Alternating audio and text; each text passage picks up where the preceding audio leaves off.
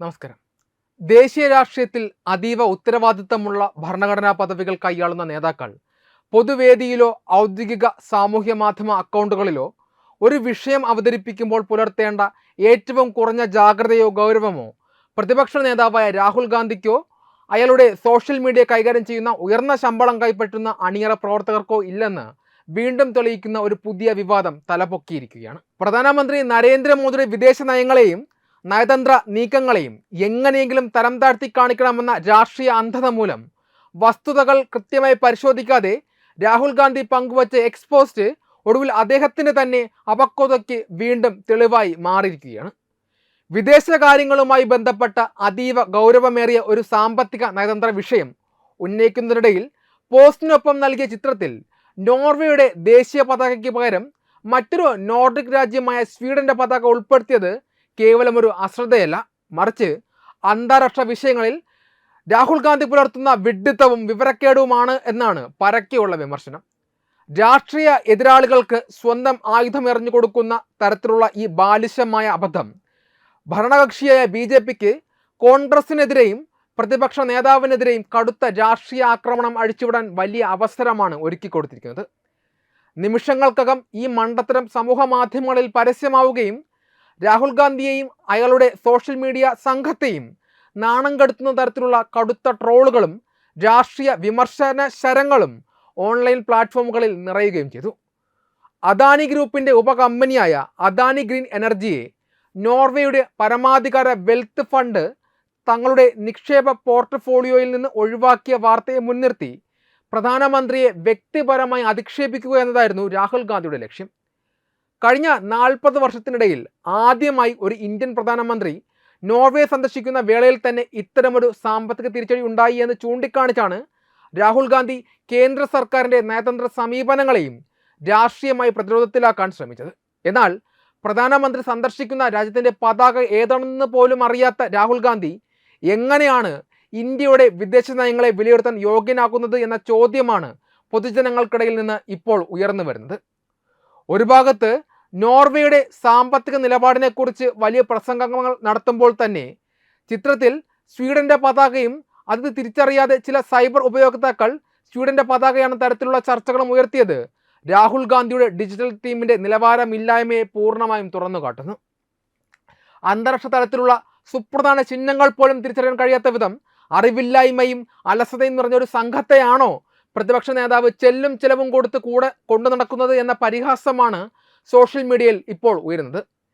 ഈ അബദ്ധം പുറത്തു വന്നയുടൻ BJP IT സെൽ മേധാവി അമിത് മാളവ്യ ഉൾപ്പെടെയുള്ള പ്രമുഖ നേതാക്കൾ രാഹുൽ ഗാന്ധിയെയും അയാളുടെ ഡിജിറ്റൽ ടീമിനെയും പൂർണ്ണ പരാജയം എന്ന് വിളിച്ചാണ് ആഞ്ഞടിച്ചത്.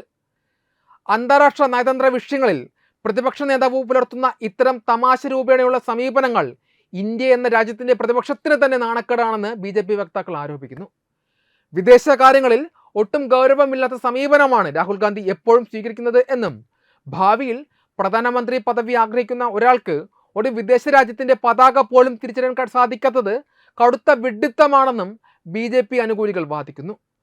സോഷ്യൽ മീഡിയയിൽ നോർവേയുടെയും സ്വീഡന്റെയും പതാകകൾ വശങ്ങളിൽ ചേർത്ത് വച്ച് രാഹുൽ ഗാന്ധിയുടെ വിഡ്ഢിത്തത്തെ കൃത്യമായി അടയാളപ്പെടുത്തുന്ന പോസ്റ്റുകൾ നിമിഷങ്ങൾക്കകം ട്രെൻഡിംഗ് ആയി മാറുകയായിരുന്നു. മിസ്റ്റർ ഇന്റർനാഷണൽ പപ്പു എന്ന തരത്തിലുള്ള രൂക്ഷമായ പരിഹാസ കമൻറ്റുകളാണ് എക്സ് പ്ലാറ്റ്ഫോമിൽ അയാളുടെ പോസ്റ്റിന് താഴെ വന്നു നിറയുന്നത്. അന്താരാഷ്ട്ര രാഷ്ട്രീയത്തിലും നയതന്ത്ര ബന്ധങ്ങളിലും ഒരു രാജ്യത്തിൻ്റെ ദേശീയ പതാക എന്നത് കേവലം ഒരു തുണിക്കഷ്ണമോ അടയാളമോ മാത്രമല്ല, മറിച്ച് ആ രാജ്യത്തിൻ്റെ പരമാധികാരത്തിൻ്റെയും അന്തസ്സിൻ്റെയും ജനതയുടെ സ്വത്വത്തിൻ്റെയും ആത്യന്തികമായ പ്രതീകമാണ്. ആഗോള വേദികളിലോ ഔദ്യോഗിക ആശയവിനിമയങ്ങളിലോ ഒരു രാജ്യത്തിൻ്റെ പതാക തെറ്റായി ചിത്രീകരിക്കുന്നത് അതീവ ഗുരുതരമായ ഒരു നയതന്ത്ര വീഴ്ചയായിട്ടും ആ രാജ്യത്തോടുള്ള അനാദരവുമായിട്ടാണ് അന്താരാഷ്ട്ര സമൂഹം കണക്കാക്കുന്നത്. വിദേശ കാര്യങ്ങളുമായി ബന്ധപ്പെട്ട അതീവ ഗൗരവമേറിയ ഒരു വിഷയം ജനങ്ങൾക്ക് മുന്നിൽ അവതരിപ്പിക്കുമ്പോൾ നോർവേയുടെ ദേശീയ പതാകയ്ക്ക് പകരം സ്വീഡന്റെ പതാക ഉൾപ്പെടുത്തിയത് ഒരു സാധാരണ തെറ്റല്ല, മറിച്ച് ഒരു രാജ്യത്തെ നയിക്കാൻ ആഗ്രഹിക്കുന്ന ഒരു നേതാവിന് ഉണ്ടാകാൻ പാടില്ലാത്ത കടുത്ത വിഡ്ഢിത്തമായിട്ടാണ് പൊതുസമൂഹം വിലയിരുത്തുന്നത്. രാഷ്ട്രീയ എതിരാളികൾക്ക് സ്വയം പരിഹാസ്യനാകാൻ അവസരമൊരുക്കിയ ഈ സംഭവം കോൺഗ്രസ് പാർട്ടിയുടെയും രാഹുൽ ഗാന്ധിയുടെ ഉയർന്ന ശമ്പളം പറ്റുന്ന ഡിജിറ്റൽ ടീമിൻ്റെയും യഥാർത്ഥ നിലവാരം ജനങ്ങൾക്ക് മുന്നിൽ തുറന്നു കാട്ടാൻ ഇടയാക്കി. ഒരു വിദേശ രാജ്യത്തിൻ്റെ ഔദ്യോഗിക പതാക പോലും തിരിച്ചറിയാൻ കഴിയാത്ത ഒരാൾ എങ്ങനെയാണ് ഇന്ത്യയുടെ സങ്കീർണമായ വിദേശ നയങ്ങളെയും ആഗോള സാമ്പത്തിക നീക്കങ്ങളെയും വിലയിരുത്താൻ യോഗ്യനാക്കുന്നത് എന്ന ചോദ്യമാണ് നയതന്ത്ര വിദഗ്ധരുടെയും പൊതുജനങ്ങളുടെയും ഒരുപോലെ ഉയരുന്നത്. അന്താരാഷ്ട്ര തലത്തിൽ രാജ്യത്തിന്റെ പതാകകൾ മാറിപ്പോകുന്നത് കേവലം ഒരു ദൃശ്യപരമായ പിശക് എന്നതിനപ്പുറം വലിയൊരു അപമാനമാണ് വരുത്തിവെക്കുന്നത്. ഓരോ രാജ്യത്തിൻ്റെയും പതാകകളിലെ നിറങ്ങളും രൂപങ്ങളും അവരുടെ ചരിത്രവുമായും വികാരങ്ങളുമായും ബന്ധപ്പെട്ടിരിക്കുന്നു. നയതന്ത്ര തലത്തിൽ ഒരു രാജ്യത്തിൻ്റെ പതാകയ്ക്ക് പകരം മറ്റൊരു രാജ്യത്തിൻ്റെ പതാക ഉപയോഗിക്കുന്നത് ആ രാജ്യത്തെ അവഹേളിക്കുന്നത് തുല്യമായിട്ടാണ് വിയന്ന കൺവെൻഷൻ ചട്ടങ്ങളുടെ പശ്ചാത്തലത്തിൽ പോലും വിലയിരുത്തപ്പെടാറുള്ളത്. ഒരു പ്രതിപക്ഷ നേതാവിന് സംഭവിച്ച ഈ വിഡ്ഢിത്തം അന്താരാഷ്ട്ര തലത്തിൽ ഇന്ത്യയുടെ പ്രതിപക്ഷത്തിൻ്റെ നിലവാരത്തെക്കുറിച്ചുള്ള തെറ്റായ സന്ദേശമാകും നൽകുക.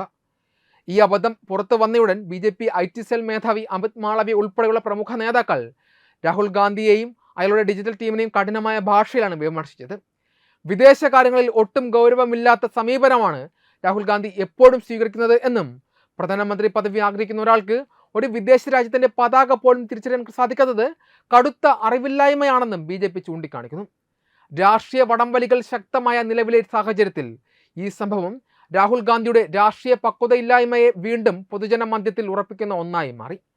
പ്രധാനമന്ത്രിയെയും കേന്ദ്ര സർക്കാരിനെയും എന്തെങ്കിലും പറഞ്ഞ് അധിക്ഷേപിക്കണമെന്ന ധൃതിയിൽ സ്വന്തം വിശ്വസത തന്നെയാണ് രാഹുൽ ഗാന്ധി ഇല്ലാതാക്കിയത്. വരാനിരിക്കുന്ന പ്രധാന രാഷ്ട്രീയ പ്രചാരണങ്ങൾക്ക് മുന്നോടിയായി പ്രതിപക്ഷത്തിൻ്റെ അറിവില്ലായ്മയെയും അപക്വതയെയും ജനങ്ങൾക്ക് മുന്നിൽ തുറന്നു കാട്ടുവാൻ ഭരണപക്ഷത്തിന് ലഭിച്ച ഏറ്റവും വലിയ ഡിജിറ്റൽ തെളിവായി ഇത് മാറി.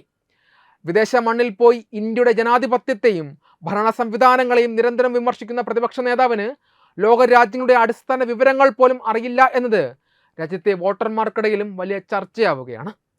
വെബ് ഡെസ്ക് തത്തുമൈ ന്യൂസ്.